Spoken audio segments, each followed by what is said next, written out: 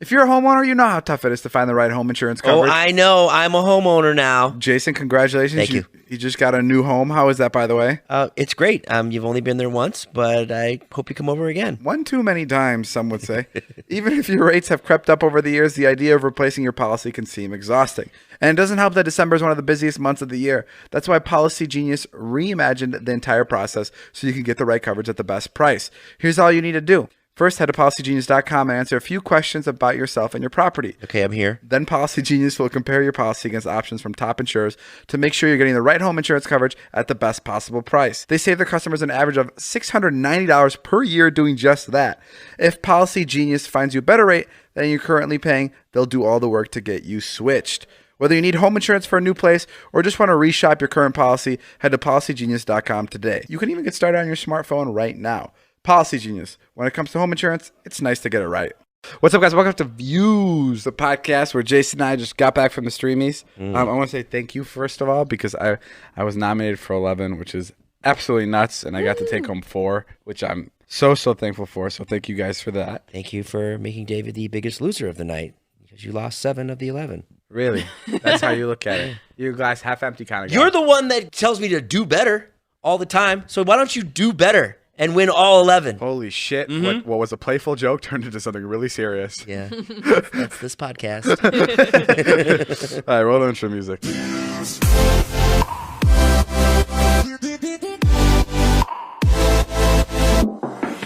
All right, guys, it's the Views Podcast. I'm David. That's Jason. Today, we're joined here with Natalie and Casey Neistat. Casey's a former YouTuber and entrepreneur. Don't say former. I posted 3 videos this week. Why would you say former? It hurts my feelings. I don't know.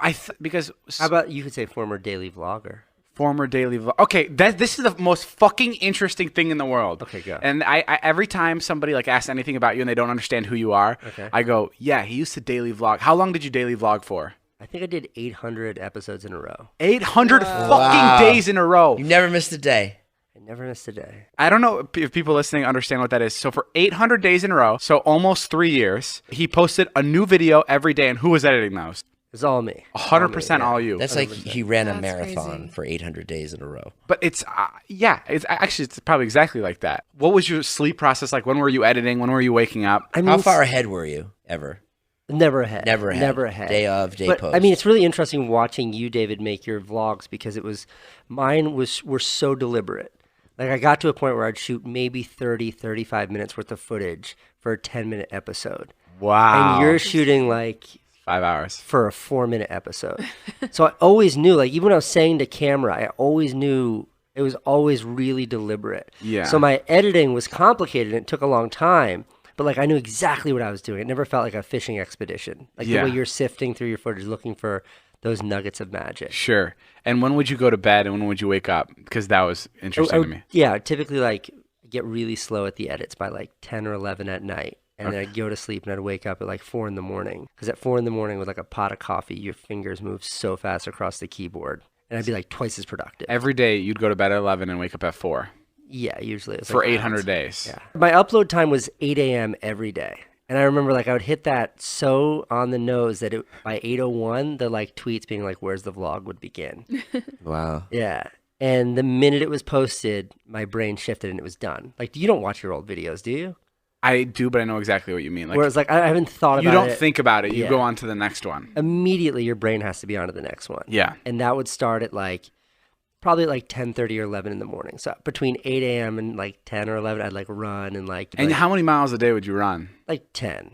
What? Wow. What the Ain't that fuck? fucking insane? Well, that's when you come up with the ideas for the videos. I need like that hour and a half of running to like figure out what today's video is. And how are you not tired? I don't know. And then I met Casey, and I was doing 3 a week, which was a fucking crap ton. But Casey was like my idol, and I met him, and he came up to me, and like he saw a couple of my videos, and he goes, "I need to talk to you." And I go, "Yeah, what's up?" I was like so fucking excited to hear what he had to say, and he goes, "You need to go daily. Start uploading daily, and your channel will blow up." And right after, like, I didn't even think. Like, I went like to my own little corner and I texted all my friends in our group chat. And I was like, guys, I'm going daily. And I remember, like, I don't know who it was, like Corinna or Carly or someone responded, and they were like, are you sure you can handle this? Are you sure you can go daily? And I was like, yes. Casey said we have to go daily. I know this is going to be a lot of work on all of us, but we have to give it a shot. I was so fucking excited to do it. And I couldn't even do it. To qualify that, day. though, like I was watching your videos then, you were doing like 150, 200,000 views a video. Yeah. And there were no one on YouTube was doing anything like what you were doing, but your growth was kind of slow. Sure. So it's always been slow. Yeah. It was slow then, and like I knew the way people were reacting to my content was because like every day they'd want to know what happens next, like what happens next. Yeah.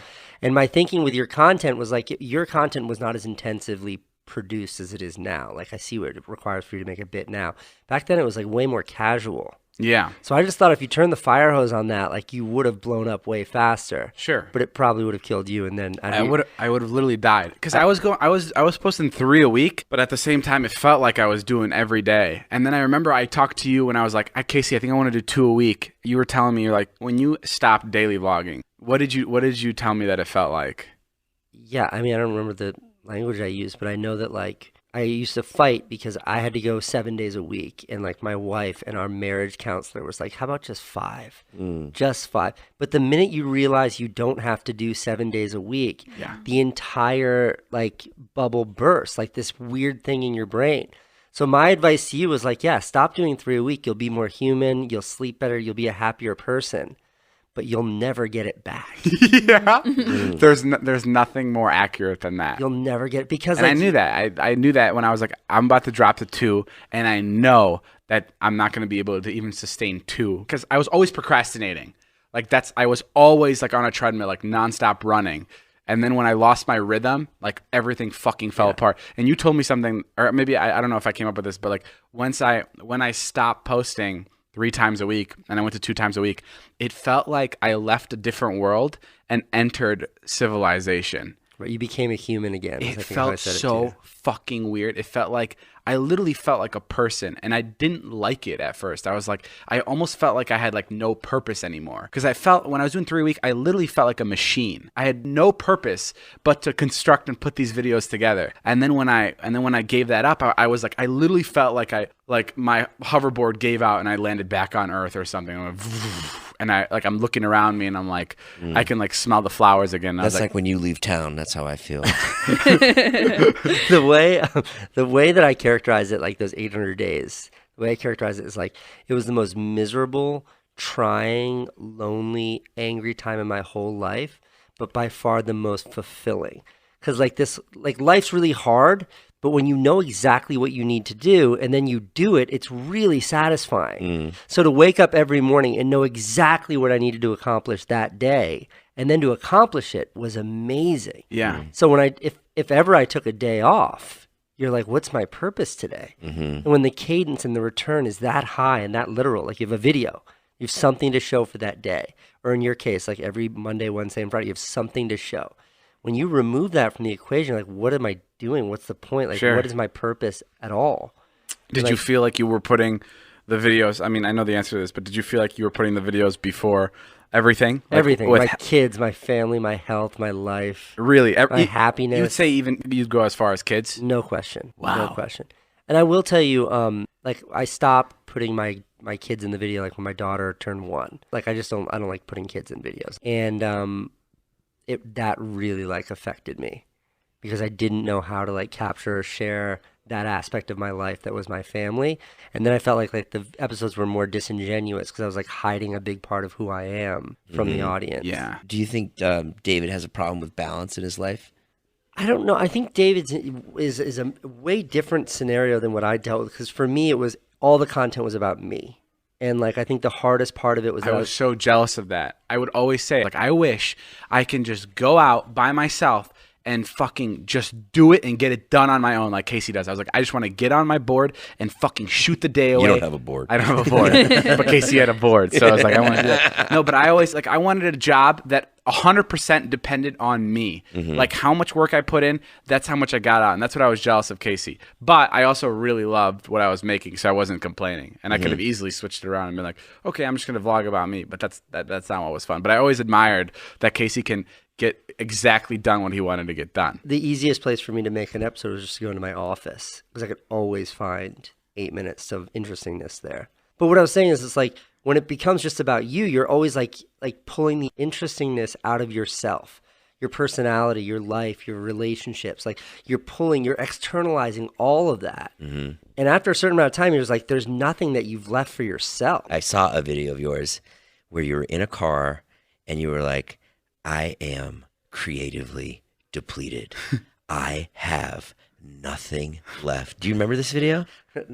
I mean, I remember saying that. I couldn't tell you which video. I don't remember what video it was. And I remember seeing it and being like, whoa. Same. Like, yeah, same. And also, like, he's really showing everything. And I thought, I was like, wow. And that's why I fell in love with you. The best, like, wow. The best way to describe, like, being in that, like, the intense video mode, like you were doing daily night when I was doing 3 a week, is like, there's not a better word to describe it than addiction, I feel like. It's an addiction. Absolutely. It's a codependency. Yeah. Like you can't exist that was without like, that was my purpose. Like that's how I was plugged in to my purpose on earth, was me making these videos. And the more people would come up to me and go, how the fuck are you doing this? Like, why are you posting so much? That would only fucking fuel me much more. When someone comes up to you like, you should get some sleep, like when someone tells me that, I go, fuck, like I'm doing something right. If you can notice that I'm working so hard that it looks like I'm not sleeping, that makes me want to fucking go 30 times harder. And then there's a weird hero complex there. But the thing you're that on I think, like a high. Yeah, it's the exactly thing addiction. that's different about your content is that because you're not giving yourself up, you're drawing from like external sources, outside sources. I feel like yours is scalable in a way that a vlog about someone's life could never be. Where do you think YouTube stands in terms of television? I feel like you have like a defined thought on that. I think that like people love to say TV's dead and all that, but I think that like the real threat to regular media is the fact that like your little sister and your little brother, like to them, what they watch on their phone is just what they like.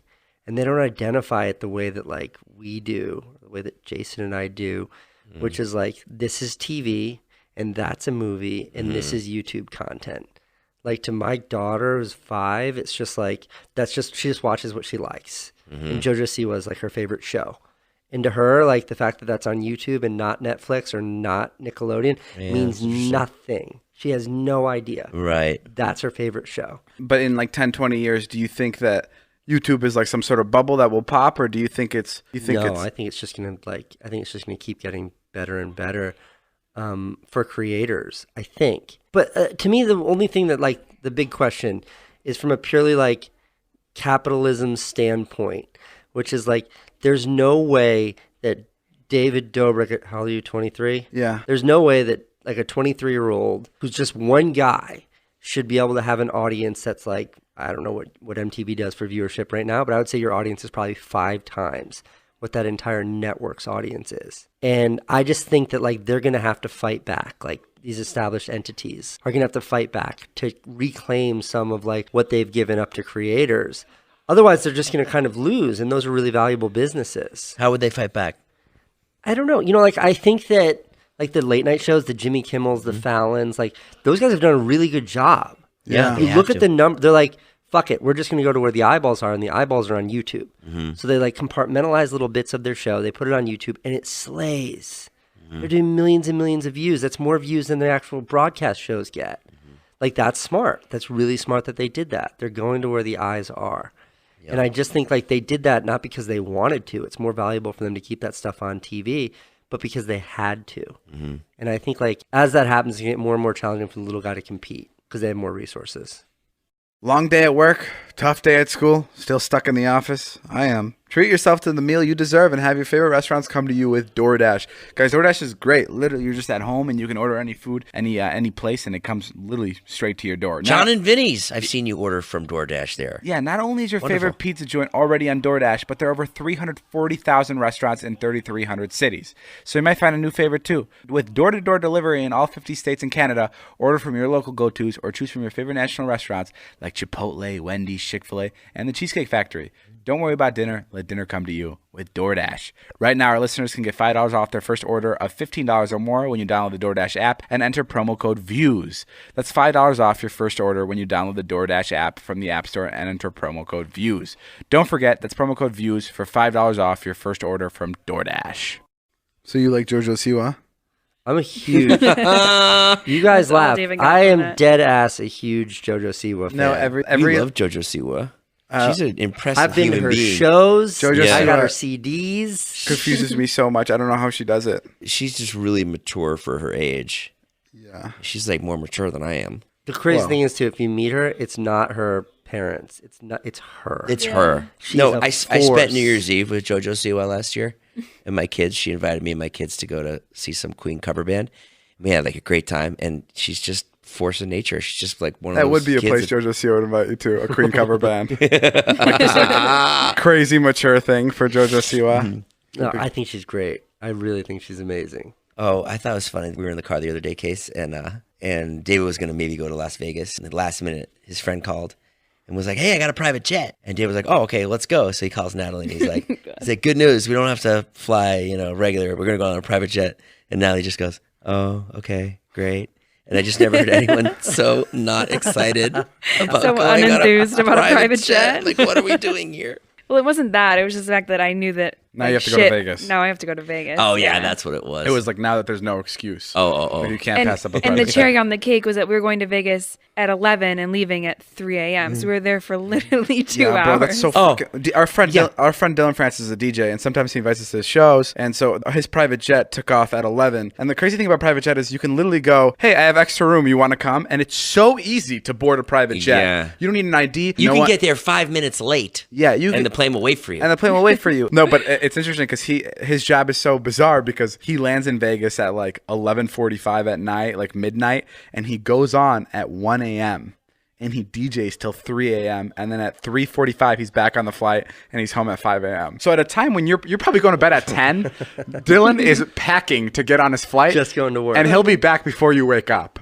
Like that's crazy. Like that's such an odd What job. about the to fact me. that his commute is in a Gulf Stream? Yeah, it's That's fucking madness. sick. Yeah, Casey got a private jet the other day because there was a scheduling conflict and he needed to get one. And he got the entire private jet to himself, and there was no one to fly with him. So he asked my high school teacher, and he was like, "You want to come to LA with me? I have like 9 seats left on this jet." And my high school teacher was like, "Okay, I guess. Yeah, I'll call off work." And which is really funny. So my high school teacher spent a week in LA because Casey had room on his private jet. Yeah, I mean the whole story is that I had a work thing in LA that I had to make it back for, and my fee for the work thing was the same exact price as the private jet, so I made no money, but I fulfilled all my obligations, and I got to give your high school teacher a ride. What's the craziest thing that's happened to you with like work or like I showed up in Dubai, they had this for me, this happened, and then they gave me $100,000 headphones. You know I mean, the craziest thing, like, I've always been really obsessed with flying on airplanes. Like, my dream when I was a little kid was to someday fly in first class. Yeah. And, like, my financial goal in life, I have one singular financial goal in life, and that's to never have to fly coach again. And I'm not there yet, and I don't know what that looks like or what it means, but, like, ever since I was a kid, I've always been obsessed with planes, and, like, the idea of first class just seems so wild. Yeah. And I was just in the Middle East, and I was there with Etihad, which is like one of those fancy Middle Eastern airlines. And they flew me back, and they have one seat on their gigantic plane, like the double-decker A380. And that seat is called the Residence. And this seat, no shit, like dead ass, the seat is 3 rooms. You have a living room with 2 couches in it. You have a hallway that takes you to your bedroom. Wow. And the bedroom has like a bed in it that 2 people could comfortably sleep in. You could definitely, if you're there with your girlfriend or your boyfriend, you could definitely sleep with someone in there. There's a lock on the door. There's no way anyone could see in. And then the third room is a private bathroom. You don't share your bathroom with anyone on the plane. You have your own bathroom. In that bathroom, How many people fly on this plane at once? like 400 or whatever, but there's only one of these. Oh. You see what I'm saying? Oh, I see. So what for you're everybody saying. else in the plane, it's regular. And then for one person, And you were in the seat. I had it for one way. The other way, I like flew How many regular. hours was the trip? 14 and a half. There's Wow. there's hundreds of people sitting in middle seat. And I'm the same, just beneath me. And the shitty thing is, there's like a dozen of them could have come up into my room and hung Yeah. out with me. And they would have been way more comfortable. I had a shower with 10 minutes of running hot water with a timer on it, so I know when I'm running out. I split it up into 3 different showers. Because I took a shower before my nap, after my nap, and then before I landed. They gave me a bathrobe. Oh That's my fucking God. They crazy. gave me a menu that What's was the price on that? So I looked it up when I got back. Yeah. And it was like $26,000 for one way. Wow. But you asked me the craziest thing. Like I actually talk with Jonah about it weirdly, Fucking sick, which bro. is like just like all the shit you do, and even like hanging out with you, David. The shit you do now is way crazier than the stuff that I do now. But like just to stop and take inventory and be like, whoa, this is my job. Like, Yeah. like I was on that plane and I was like, this is such a dream of mine. I'm like almost 40 years old. It took me like my whole life to achieve this dream. And like, wait a minute, like this is my work. Like I'm on here for my job. So like it's not like the money or like getting the cool cars or getting to ride like meet famous people. It's just like the whole picture. that, Yeah. Like this is the world that you've created. Yeah, it's Like, nuts. I was just getting started when I was your age. I couldn't imagine what it's like when you're 23. Does money buy happiness? I made a whole movie about this, but my summation of that movie was that when you have money, David. You still have problems in life. We have problems in life. Everybody in this room is, except for Dima. Everybody in this, except for Dima and Natalie. No, what I mean is like when you get to a point in life where you've got enough money, so you can pay your rent, you don't have to worry about it. You pay for food, you don't have to worry about it. When you have money, you still have problems. Yeah. My wife and I have trouble. Like we're parenting kids is hard. I broke my shoulder. Like I have real problems in life that I have to overcome. But when you don't have money, there's only like one problem. And that's the money thing. Does that make sense? Like, Yes. I don't know if I'm articulating that right, but like when you're broke, money will solve all of your problems. Like I was so poor when I started. So like, look, like when I had a kid when I was very young, and when I had a kid, like we were on welfare. And if I didn't get diapers and milk from the government for free, like my kid wouldn't have had milk and I wouldn't have had diapers to put him in. Like I was that poor. So like I have a real appreciation for it. And at that point in my life, money would have solved every one of my problems. Every problem I have. So like, does money buy happiness? It's like, No, because no. you get new problems. You when get new the money. problems, but the fact that those problems aren't connected to something that's like you can stare down every day, it's a really different perspective on life. Yeah. I think the way I answered it yesterday is like the top % of the world that are the wealthiest are definitely not the happiest, but No. also the bottom, the most poor people in the world are also not the happiest either. So I think it's just to each his own. To every person is different, whether Yeah. you have a lot of money or not. You still have the problem. So that question is just kind of weird. We were in $100 million house last night, or David thought 80 to 100. Yeah, right? so the house was like 80 to 100 million, and I was talking to this guy's friend. I was like, so this house, it's huge. It's in the middle of Beverly Hills. Like, I mean, like, yeah, it is the most real prime estate. spot. It's like on a cul-de-sac. It is the street in Beverly Hills. Like 20 behind the Hilton. bedrooms. Like, there was more staff at the party than there were attendants. Like, it's fucking huge. And I was talking to the guy's friend, and I was like, what is this? Like, what is it like living here? Like, what is this concept? And he's like, I hear his parents on the phone, like, once a month, talking to the neighbors and acquiring houses next to them so they can just knock it down and build a fence further just to extend their property. And he was telling me that every time they buy a new house next door, it's $30 to $40 million just so they can expand their square footage a little bit further. Like, that's crazy. Does that make, so here's what, like, does it make you happier? Like, I think there's a real point of diminishing return when it comes to money, especially wealth. Sure. Like, I know, like, when I was that poor, all I fantasized about was, like, I want to own a jet. I want to own a yacht. I want to drive, like, the fanciest cars in the world. I want all these things. And the minute I could afford food and didn't have to think about paying rent, I immediately stopped being motivated by money. Like, I just don't care. I'm motivated by, like, I want to have fun. I want to be healthy. I want to spend time with people I like. Like, it goes, like, there's no way that them extending their property line an extra 30 feet, like, increases their happiness. Yes, but I feel like it's just a hobby at that point. It's just like a statistic. It's just an insane It's yeah, it's a lot to us, but to them, it's literally like me spending $1,000 on getting, you know, first class on a trip. But it's insane, like the different levels of like wealth there is, and it's just it Yeah, and blows for my your mind. for your audience, like we're in Los Angeles, which is like there's such weird kind of money and wealth here that you're confronted with every day. It is the weirdest thing. You have very, very extremely poor people, and then you have the fucking top like richest people. Yeah, and that's a really weird thing to reconcile. Casey, one of the craziest realizations of, wow, fucking money is insane, is when I went to visit you in your hotel room at VidCon when I like first met you, and I asked you to grab a water from your hotel like little room. And I asked you, I was like, do I Venmo you? Like, do I PayPal you? Like, first I asked if you had cups so I can like fill up tap water. But you're like, just grab it from the mini fridge.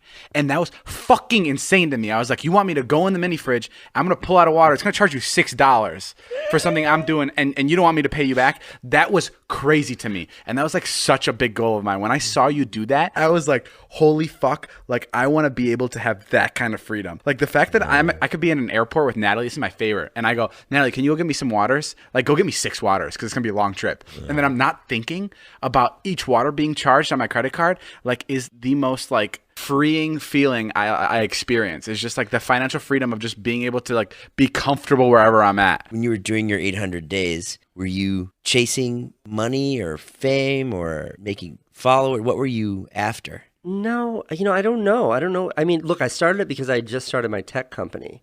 Right. And I wanted a way to like share what I was doing in my tech company. I needed an audience to care about what I was doing. So I was like, I'll start a reality show about my tech company. But it turns out like, you know, 5 dudes that are like computer programmers writing code in a room is not good content. And that's when like day one, I was like, no, I have to make this about me, you know? But Right. I didn't monetize my channel or any of my content for a while. Really? Yeah, because I wanted like YouTube for me. I didn't want it to be pure. It wasn't about making money.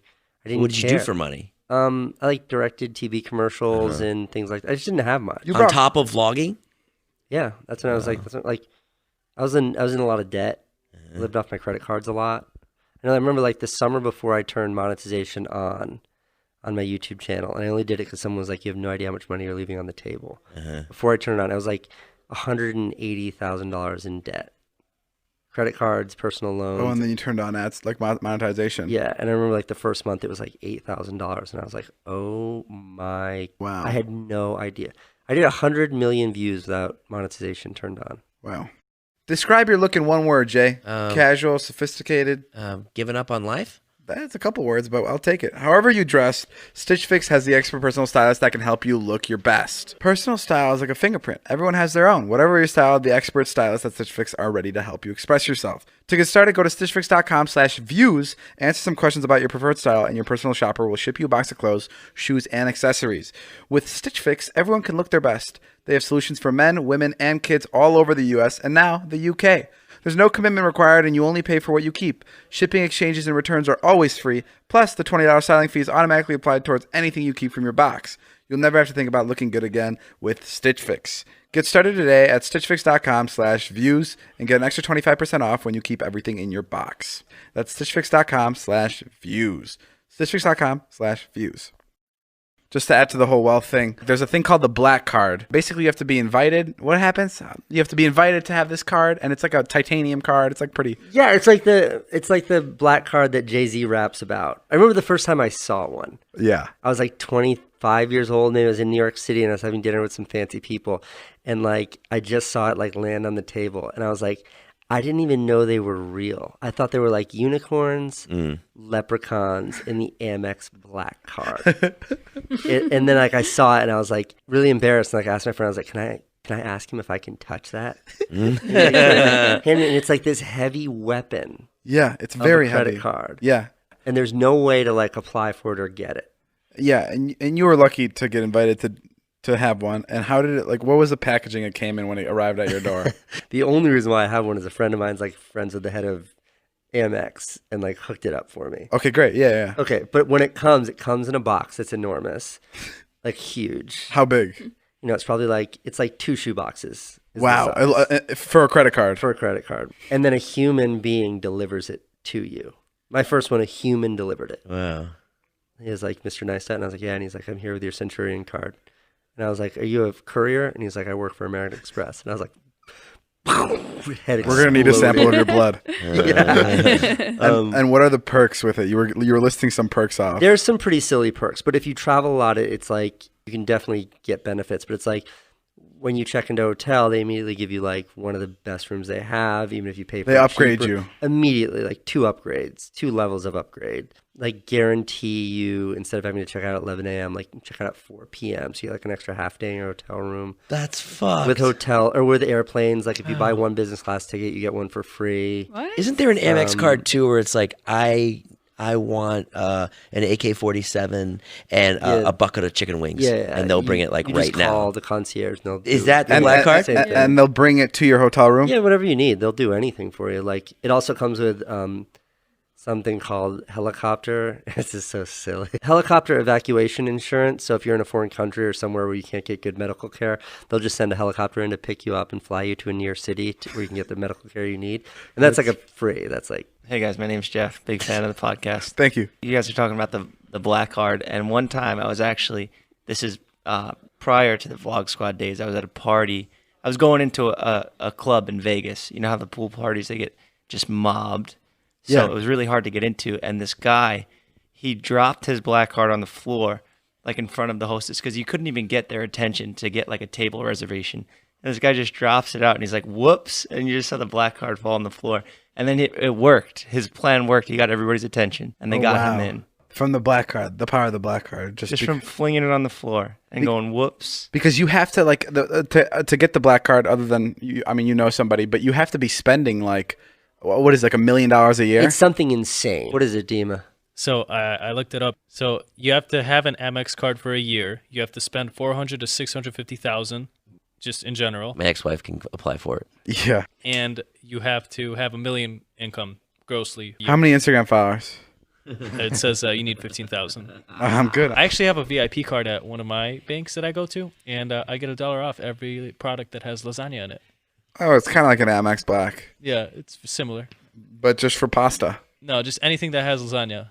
Well- Not all pasta, only lasagna. Oh, Dima, this isn't time to brag.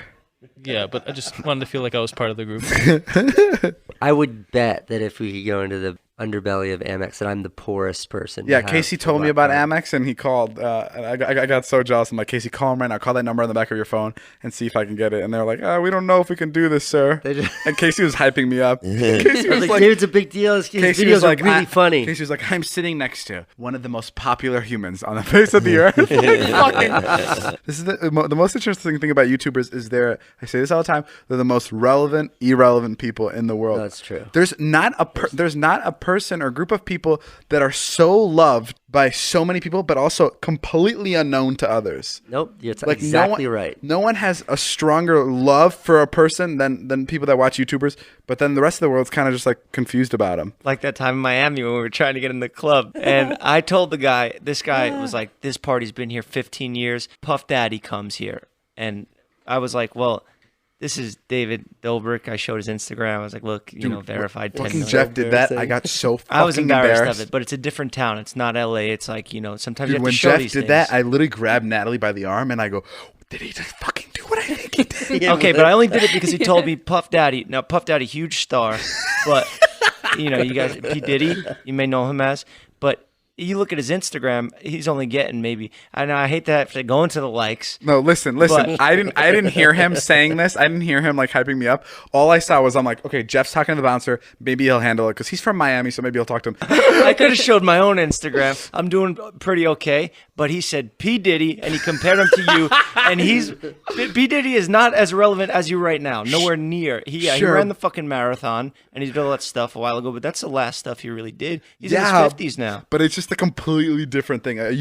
Me and P Diddy are completely different people. Like You're right. He would have paid for the table. Yeah. He wouldn't have tried to sneak in. on his We're over there Instagram. trying to just fucking sneak in with. And he has a black granted- card. He could have used that. Granted, when we go into clubs, we roll 30 guys deep, like at least. Yeah, he like looks a lot around. of dudes. it's 30 And dudes me. and Natalie and Jason. 30 dudes and Natalie. I'm the hard sell. Yeah. Natalie gets in no problem. I got so scared when Jeff whipped out his Instagram. I was like, I was like, he's fucking, remember, Jason, you were there, right? Yeah. I was like, that guy's reckless. He's reckless. And Jeff's like, Jason was like, yeah, I mean, that's how Jeff is sometimes. Like, you know, he's still got the Miami in him. And I was like, I was so terrified. Like, I hate when I'm standing like at a party and I can't get in. And it's so crazy because you can tell how much people love YouTubers because I'll be standing outside a party. One kid will walk up to me and be like, you can't get in? Are you fucking kidding me? You can't get into this party? What?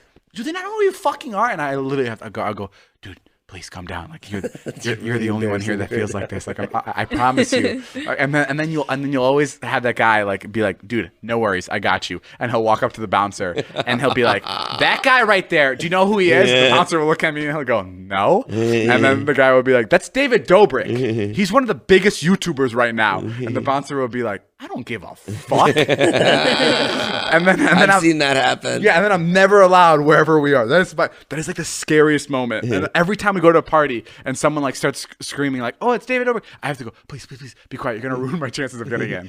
Like, you're just like, let me just try to just sneak in behind somebody because it's so tricky. In fairness, the reality of what we're all like, or you guys are all like, it's like 8 bros standing outside. We're the worst dressed anywhere. All I think is that strip club we were at in Miami where it's like filled with the most beautiful dancers, like dudes all wearing suits. And then there's 8 of us surrounded by a guy who has no socks on and he's showing us his 6 toes. We are the worst dressed. The That's for most sure. exciting thing in that club were the 6 toes. We're just staring at some dude's fucking foot. You ever feel like ticketing websites make getting to the event difficult on purpose? Yeah, all the time. It's as if they're so big they can get away with not caring about the customer experience. Well, guess what? It's definitely not like that on SeatGeek. Oh, you're reading SeatGeek? Yeah, do you think it was another ticketing website? No, I would never. That's the only ticketing site I've ever heard of or used or whatever. Well, good, because SeatGeek pulls together millions of tickets from all over the web. It rates each deal on a scale of 1 to 10. It has 50,000 5-star reviews on the App Store, which is insane. And guys, you guys know SeatGeek. Wow. That wow was from Ian from SeatGeek. He's the guy that gives us all the brand deals. He's actually the one. He's the one paying for this deal right now on this podcast. Ian's here from SeatGeek. Ian, say hi. What's up? I love how he said wow in the background, like you didn't write the script for us. But yeah, guys, SeatGeek is, you know them. We use them in all the videos. They're super great. And they help us with everything. And that's I use the service. Yeah, I use it too. We all do. Yo, you get all your tickets for free. I just text Ian. But that is using SeatGeek. That's true. Because Ian uses SeatGeek. Yeah. I do. SeatGeek will even give you $10 off your first SeatGeek purchase. All you need to do is use our promo code. Download the SeatGeek app today and use promo code VIEWS for $10 off on your first purchase. That's promo code VIEWS for $10 off on your first purchase. Ian from SeatGeek, you know, that's a lot like Tom from MySpace. I think you're the new Tom from MySpace. David has made me a little mini celebrity, which I appreciate. I see those likes on your tweets. Yeah. I love the likes. It's really sad Ian has how changed much his I name like on them. Twitter from just Ian to Ian from SeatGeek, Do you right? know Ian's last name, David? Yeah, is it start with an S? No. Oh, A B. My God. Oh, but Boswick. Do you know Natalie's last name? Borthwick. but it's really Ian from SeatGeek. Yeah. I mean, I'm fully Do you leaning know in. Ian's last name? Yeah, SeatGeek. From SeatGeek. Do you know Natalie's last name? Yeah. Yeah, what is it, Dave? Dobrik? LLC. Dobrik LLC. Natalie, get me Chipotle. Natalie can be Chipotle. Dobrik. Well, Ian, we've been working with you for a while. The one question I have is why do you never give us the numbers for how many downloads or how many times my promo code has been used? I want to put you on the spot. Yeah. If I told you those numbers, you'd ask me for too much money. I knew it. I fucking knew it. I knew it. I mean, it's like Netflix is never going to give the people on Netflix their numbers. I'm not going to give you your numbers. Guys, we're having a serious. We're having a meeting right now with Ian. I think Ian needs to pay me more money. Natalie, what do you think? I would also agree Ian needs to fork up the cash. Yeah, and How many cars have we bought you? Ian, none of those are for me. How much? The have you- Ferrari wasn't for you? How much have? Okay, come on, low blow, Ian. Ian, no, I think we need to figure out a way to expand the budget, but I feel Okay. like you're a little bit nervous. I don't know what it is, and I think the best way to negotiate is on the podcast right now, live in front of millions of people. I mean, I know how you perform, yeah. Yeah, and you can't tell me any sort of numbers on how many codes are used like monthly. Ballpark it for me. It's enough to buy you 14 cars at this point. Oh my god. I think it's 14 cars and then some, maybe another 14 cars. 14. Listen, The 2020 deal is going to be big. His voice has naive. totally changed. Wow. I literally, on the way here, Greg, who is also here from SeatGeek, I told Greg that the last thing I want to do is do a face-to-face negotiation with David. I didn't think it would happen on the podcast. I really didn't see that coming. I was like, Greg, the one thing we have to steer David away is the 2020 deal. Because one thing about David is he's the worst person to negotiate on the phone or in person because you just want to give him all the money. But then you also have like the facts that you can't give him all the money. Sure. How was it the first time we met? Remember when we had that? Remember when we first like met in person and we had a talk about how the brand deals were to go? Do you remember that? Yeah, you walked up to me and you pulled. We were in the middle of a party. We're in the middle of this like weird after party to something, and you pulled 2 chairs up and you sat me down and you had a face to face with me and you were like, "How are we going to make this happen? I need exactly this much money." And I need it now. An unnamed other brand didn't do it. SeatGeek did. Yeah. So remember that in your 2020 deal. SeatGeek was there from you since before the cars, since before the Nickelodeon Awards. The first time I really talked to Ian about like a big deal, there was another brand sitting right next to him, and I had them both sit down next to me at a party, and I was like, I want to find out a way where like we can have a collaboration where you're a bigger part of my videos, like where you're almost like a character in my videos. And the other brand just could not get it done. They were like, we're going to pass. We can't do this. And Ian was like gung-ho about it. So he's like, yeah, I'm going to do it. And now I've made over 15, 16 different videos with them where we're surprising people with tuition, cars, all kinds of things, trips. So that turned out great. And I actually got a call from the person that was running the other brand that like passed on this whole thing. And he was like, that's one of my biggest regrets in my business like life is that day I didn't jump on it and Ian jumped on it instead. So good job, Ian. Credit to Ian from SeatGeek. If you could switch lives with me, would you? Like could you be a YouTuber? Would you be a YouTuber rather than be on the business side of things? No, I would crack under the pressure. Like, I see how stressed you are about trying to get, like, the content in the vlogs, and, like, I have anxiety about it. And then in my very brief appearances in content, I've led to about, like, 10 different panic attacks. So I've realized I'm not cut out for this content life. I'd rather just be Ian from SeatGeek on Twitter and just clout draft off you. So, like, when you tweet, like your videos, I'll be the first reply underneath it. Trying to make some funny little joke that I get likes off of and then eventually follows. Sure. That is pretty good. When you get a new job, will you be Ian from Verizon or? I think that's an open question. There's going to be bidding on what that is. There's going to be some serious negotiations. Yeah. When Ian gets married, his wife is going to become Lauren from SeatGeek. Ian, to the game. Ian, be honest. When you go and get tickets, is it 100% of the time always SeatGeek, or do you go on Ticketmaster? It's always SeatGeek. And before SeatGeek, like before you were at SeatGeek, were you using SeatGeek, or was there not SeatGeek yet? I don't remember a world where SeatGeek didn't exist. SeatGeek is in my DNA. And you think you're going to be with the company forever? Yeah, forever. That's Ian from SeatGeek. Ian, thanks for being here. Thanks for having me. Okay, guys. Thank you guys for listening to the Views Podcast. My name is Jeff. We'll see you guys later. Bye.